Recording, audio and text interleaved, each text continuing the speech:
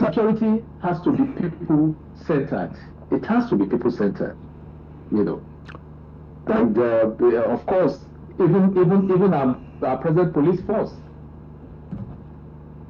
there's need for better welfare, because it's a situation where you find, you know, police at roadblocks. All they're interested in is, you know, for some of them will even salute you. They will salute you. You see a criminal, you salute a criminal, and then the next thing you start asking him, anything for us? Probably that is the person who is going to the next village to go and create mayhem.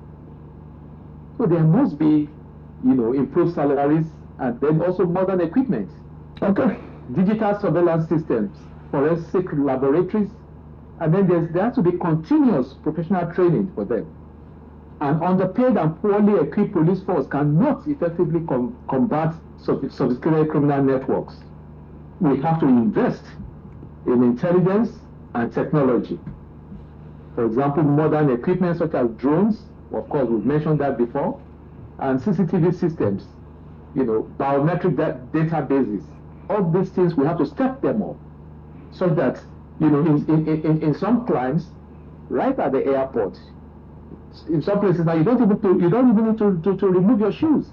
It is the biometrics, you know, that will prove whether you are the one who is, you're a criminal, you're free to come in.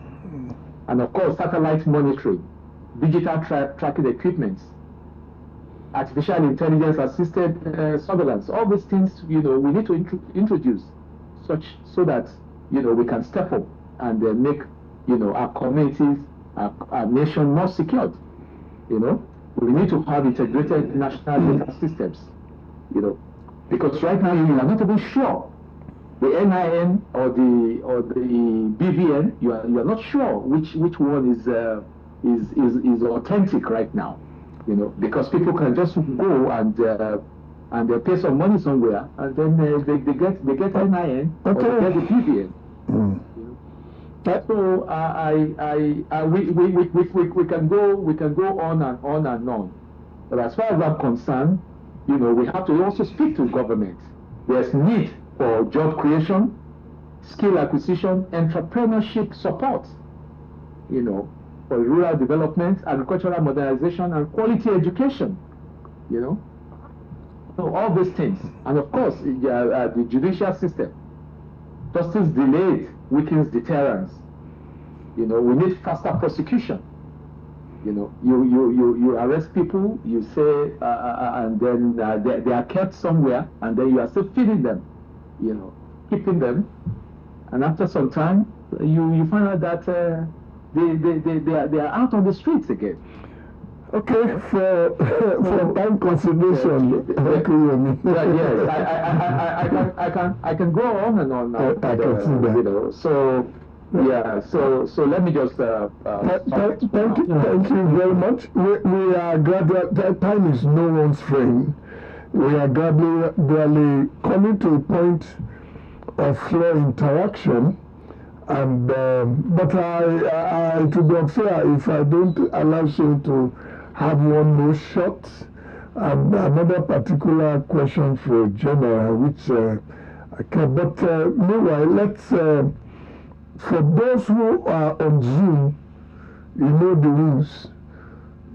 You can just indicate by the raising of hands for contributions, which will be short and sharp. Then for those who will be calling via the phone lines, I think Gaius will do that. Maybe you do that first. Okay. I hope you can hear me. 0906-099-2609. That's the number for you to call.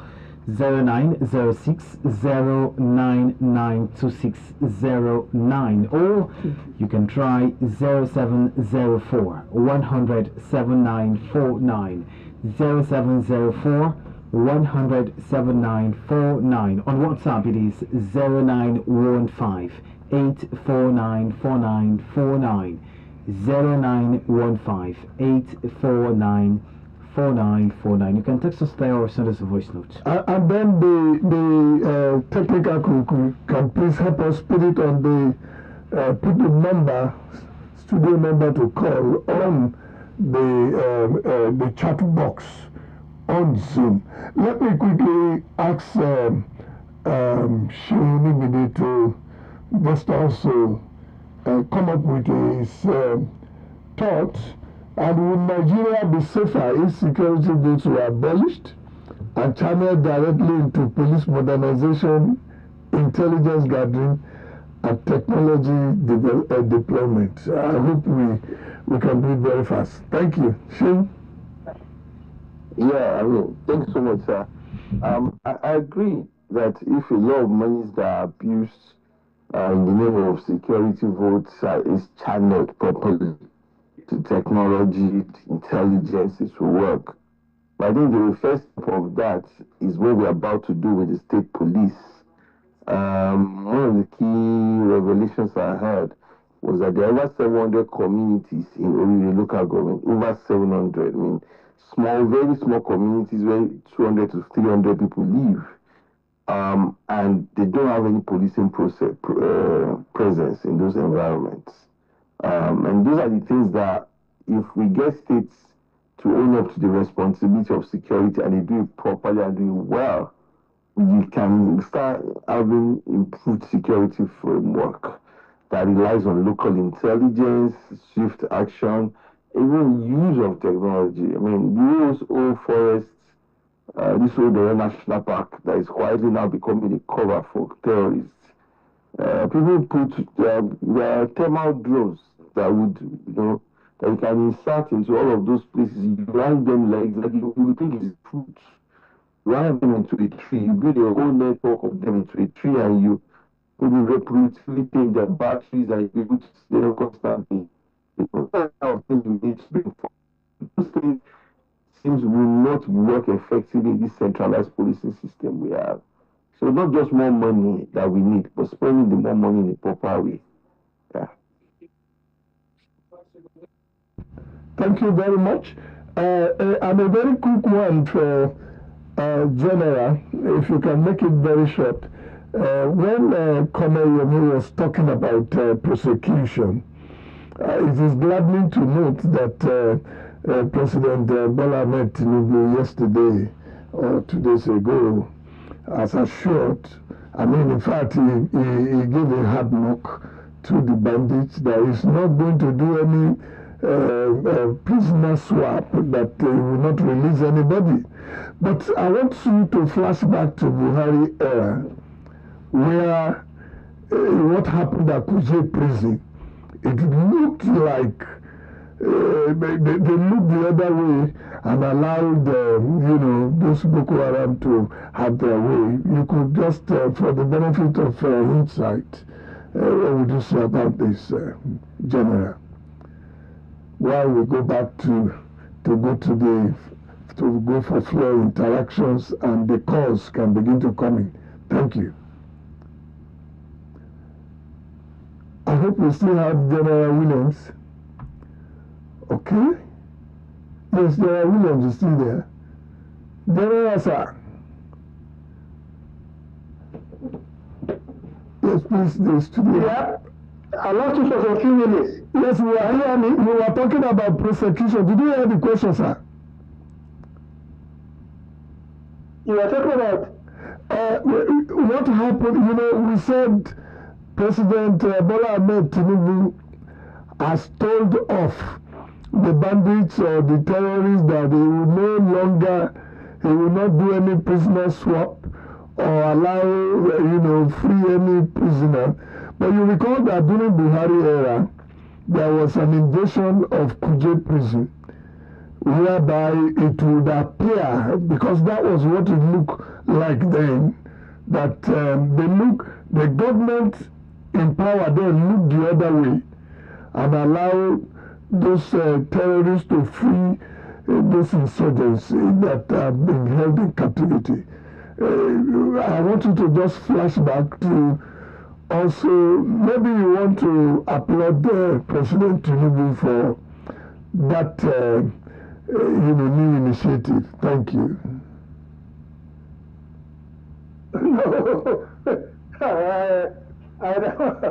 no, it's not for me to say. And in my own opinion, I do not believe that those who are advising him are really analyzing the issues properly and telling him about the need to deal with the fundamentals of safety and security. Nobody is telling him that.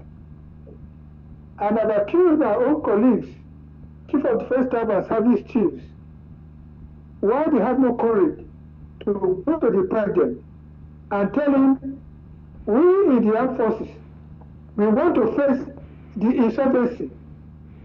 Let the police handle public safety issues, criminality, banditry.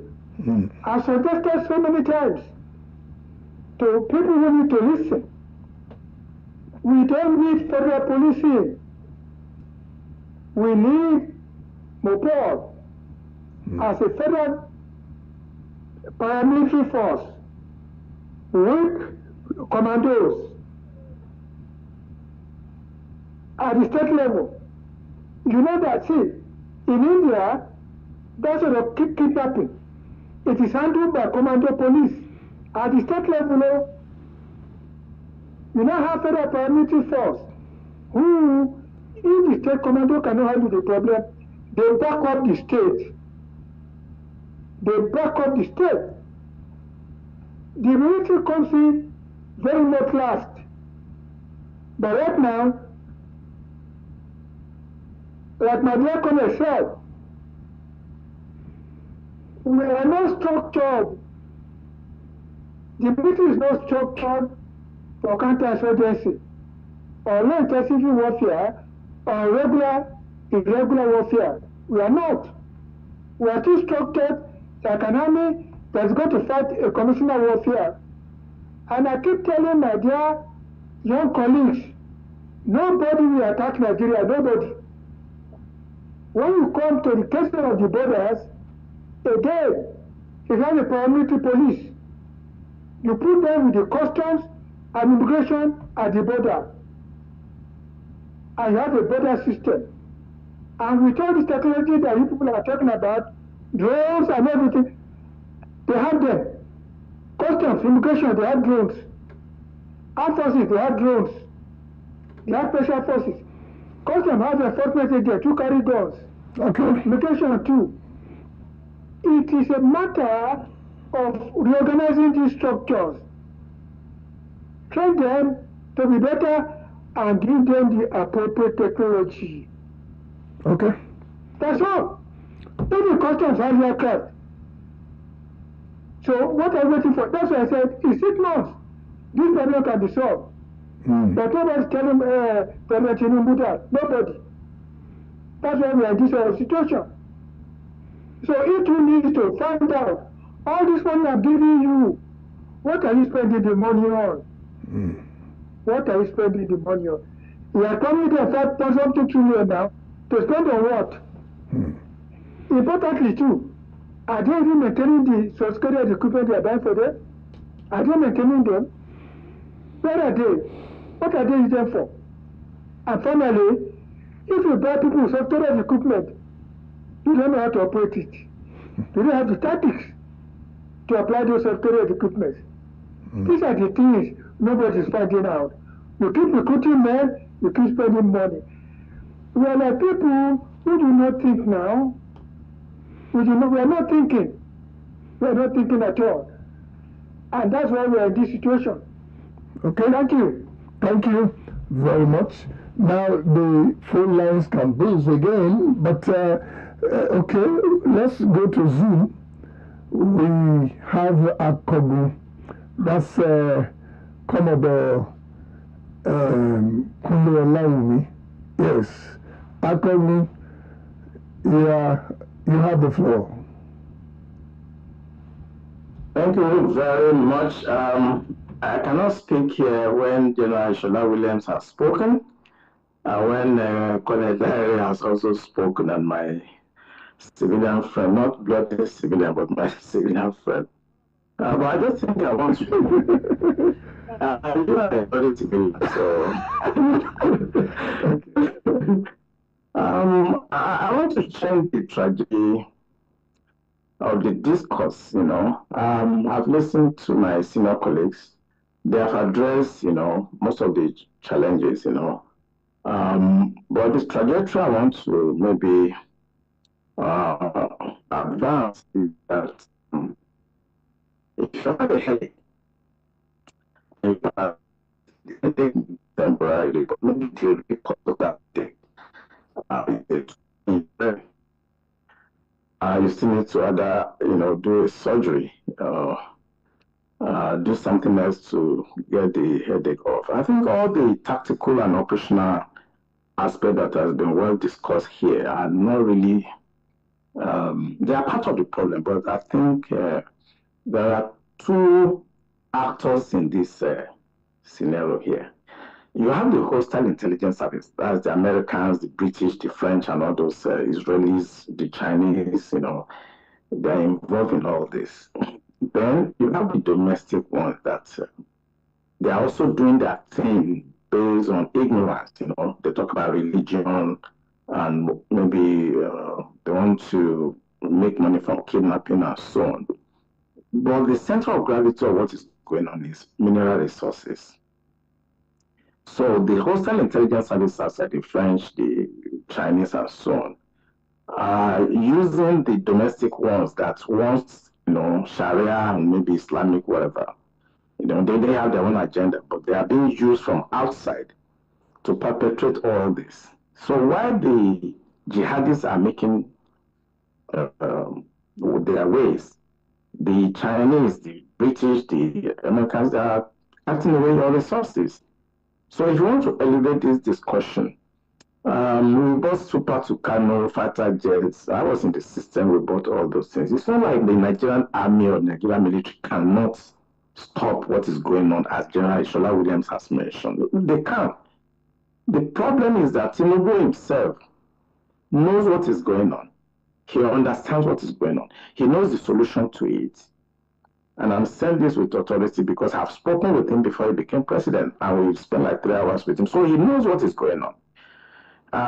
It is the blackmail and so many other things that is going on behind the scene that is making him to allow this hostile intelligence service, the Americans, the British, to take our resources in Zamfara and other places. So while the domestic people think they are doing their jihadis, but they are being armed and being funded from outside.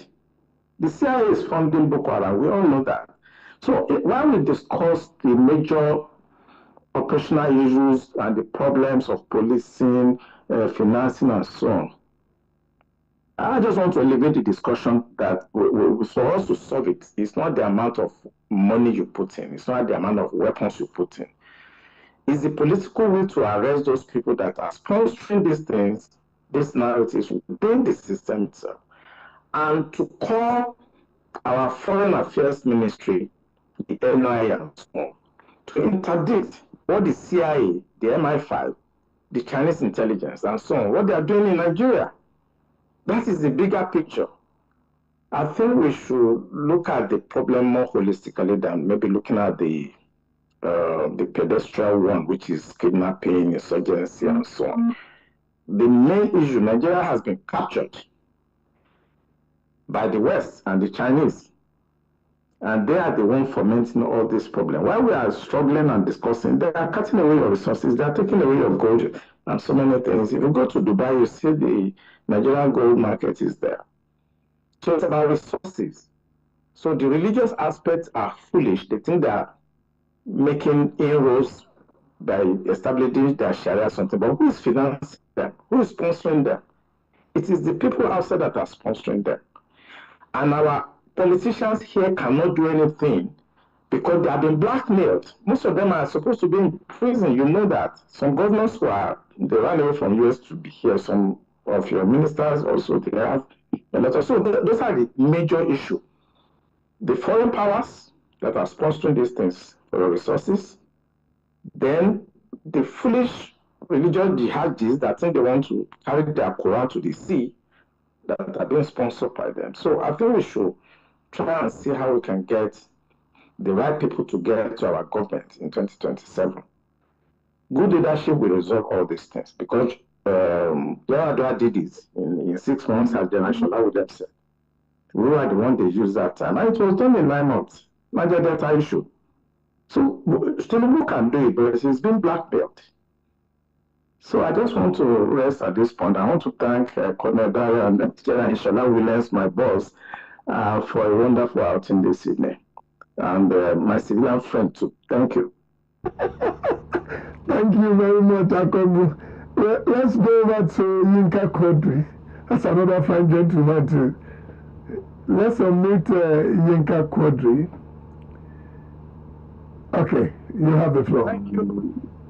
Thank you very much, my dear brother and leader, Dr. AROWOJOLU, for this, your passion to elevate the Nigerian discourse. Thank you. To a point where it becomes impactful on our lives. I thank you very much for your perseverance and your persistence. And I also thank the Olowu, His Royal Majesty, for supporting you.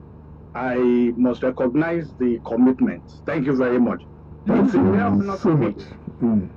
Yeah, it's not for me to be an audience to the wisdom of General Ishola Williams. I must quickly and briefly, you must give me the indulgence. I just want to thank General Ishola Williams for being a father that is still not recognized in Nigeria. Because way back in university, I benefited from Professor Williams' generosity while I was in the University of Ife. So, and I want to commend the general for the reputation he has built for himself. And it's just unfortunate that people like him have not been able to get to positions of power. I also want to thank the other lead discussants, Colonel Colonel YOMI and Mr. SEUN ONIGBINDE for the brilliant contributions.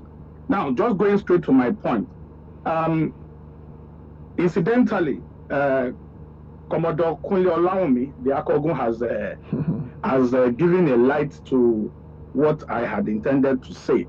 So I won't have much to say, except to make an observation, just like he did, that the contributions of the lead speakers here today have only gone to confirm that the problem of insecurity in Nigeria is simply political. Why did I say that? All the recommendations that have been made here today by all the lead discussants go to show that all of these things are only basically within the powers of the government and the workers of government to execute.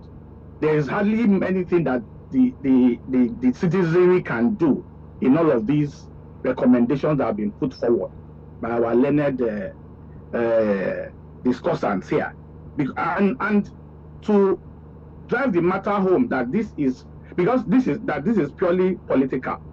I mean, like General Ishola said, and corroborated by the Colonel, Nigerian Army, even the way it is today, as ragtag as we may consider Nigerian Army to be today, if Nigerian Army is unleashed and empowered, insurgency, it's actually not insurgency, it's an invasion, really.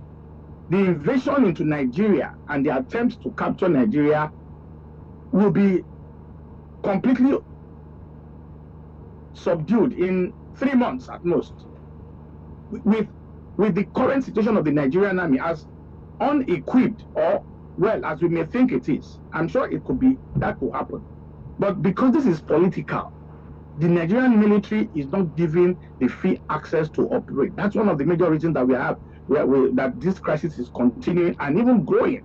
And it's like the whole of Nigeria has already been captured now, according to according to the Commodore. I mean, where in the world will you see a government official taking picture with a bandit who has a hung around his neck, and the general in the military is standing right beside them? I mean, it's only in Nigeria. The video is online where the Katsina State governor was in a picture, in a photograph. I have never seen that kind of thing before. So we need to begin to ask some very fundamental questions, more than the kinetic overview that we have had today. Also, I am not aware there's any prosecution, arrest, prosecution, and conviction of any of these criminals over the last 20 years or so that this crisis has metamorphosed. No, nothing of such. And also, you speak about government paying billions of naira to bandits, telling them that you are appeasing them, you don't want them to continue to kill your people. So you pay them off, like the former governor of Kaduna State did, paying off some bandits to over billions of naira because he doesn't want them to keep coming and attacking his people. Not only that, how do we explain a situation where these so-called terrorists, killers, are arrested, they are captured, arrested, and reintegrated back into society, not just society, but taken into the military force, into our armed forces in the country, and police and all of that. So-called criminals, and then you said you have rehabilitated them, and the next place you need to put them is inside the security forces. Where is that done? If there is no political undertone to all of these issues that we are talking about.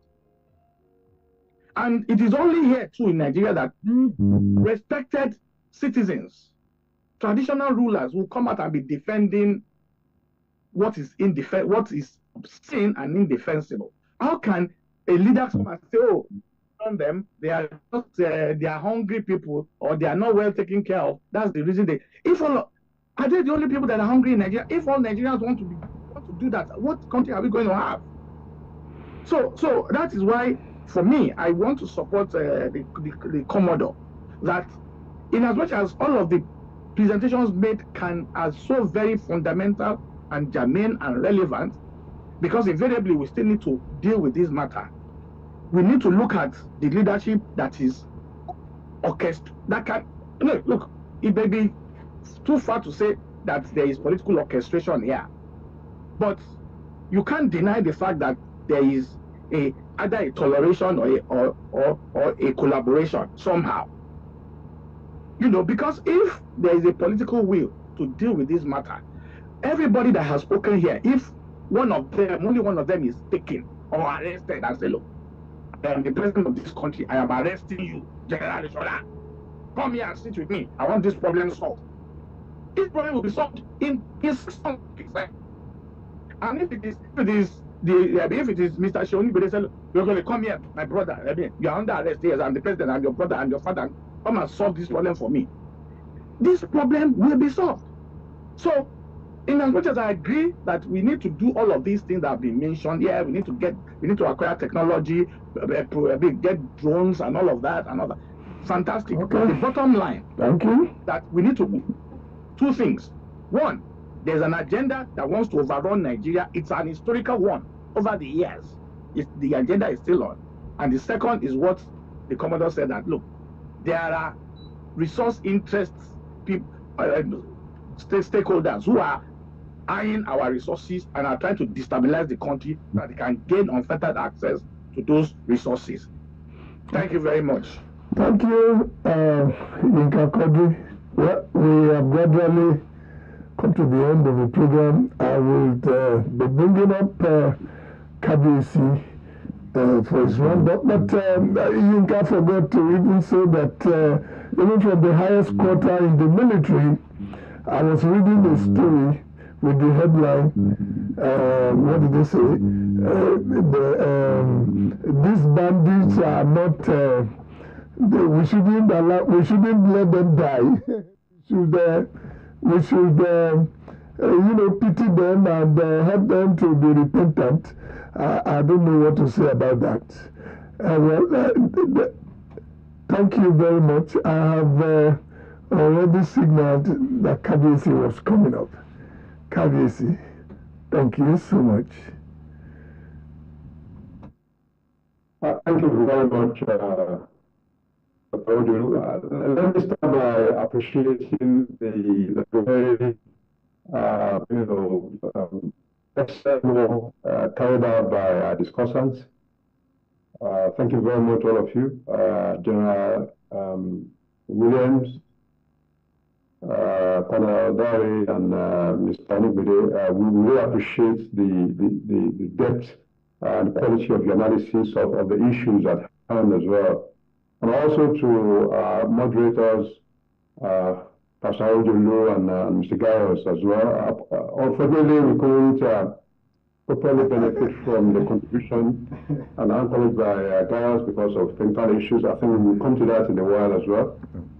And also to everybody who has been part of this today. I mean, it's really a key thing. But let me just point out that I really like the summary provided by Commodore Laomi Akobu. In fact, we cannot break our way out of the problem of security. The key is to have leaders who have the political courage to tackle this problem head on. It requires leadership which cannot be and will not succumb to blackmail, either by internal forces or international forces as well. I mean, that really, I think, is the summary of the entire thing, really. Every other thing is really commentary around that. We want to have that as a benchmark. So I don't want to pull that out as a summary that I think we should just focus on. Again, I want to appreciate our media partners who have been really supportive, all the 5 radio stations, as well as all those who have really helped. We want to continuously improve the quality of delivery of this package, the experience of our participants as well. So to that extent, we want to continue to solicit for your feedback on the quality of the content as well as the delivery as well. And we'll work on all of this feedback as best as we can to ensure we can serve better and to our nation better. And that, thank you very much to all of us, and I wish everybody a very productive and happy week ahead. Thank you.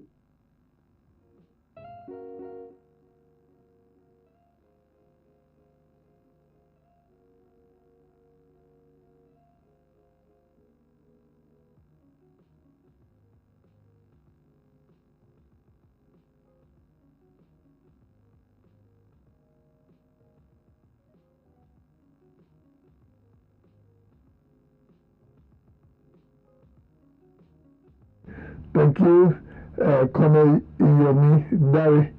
Thank you, Mr. Shehu ONIGBINDE. Fabulous FUNAP, fabulous UNAP. I'm saluting you. Let me, a quick one now, let me restate the information that we gave in the beginning, that Boiling Point Arena continues as a regular program every month, sacrosanctly every second Sunday of every month. But that another program, Boiling Point Extra, will debut on Sunday, June 28th, and that one will come up frequently when there is need based on demand. On June 28th, it's a Sunday, the National Association of Sea Dogs, they are very serious about the school angle, that is the primary and secondary schools angle to this whole insecurity. And they are also assembling a panel to talk about this. And that will happen featuring Boiling Point Extra. And we are trying to also say that we are at your beck and call for corporate organizations that want to use our platforms to reach the public. The solutions to the myriads of problems that we have in Nigeria will come through discourses like this, through continuous engagement and robust discussions. I want to thank you so much. This is the size of our package. God bless you all till we meet again. AYO AROWOJOLU is my name. Gaius? Yes, it's been a very wonderful time. We'll do this again next month. Until then, stay safe.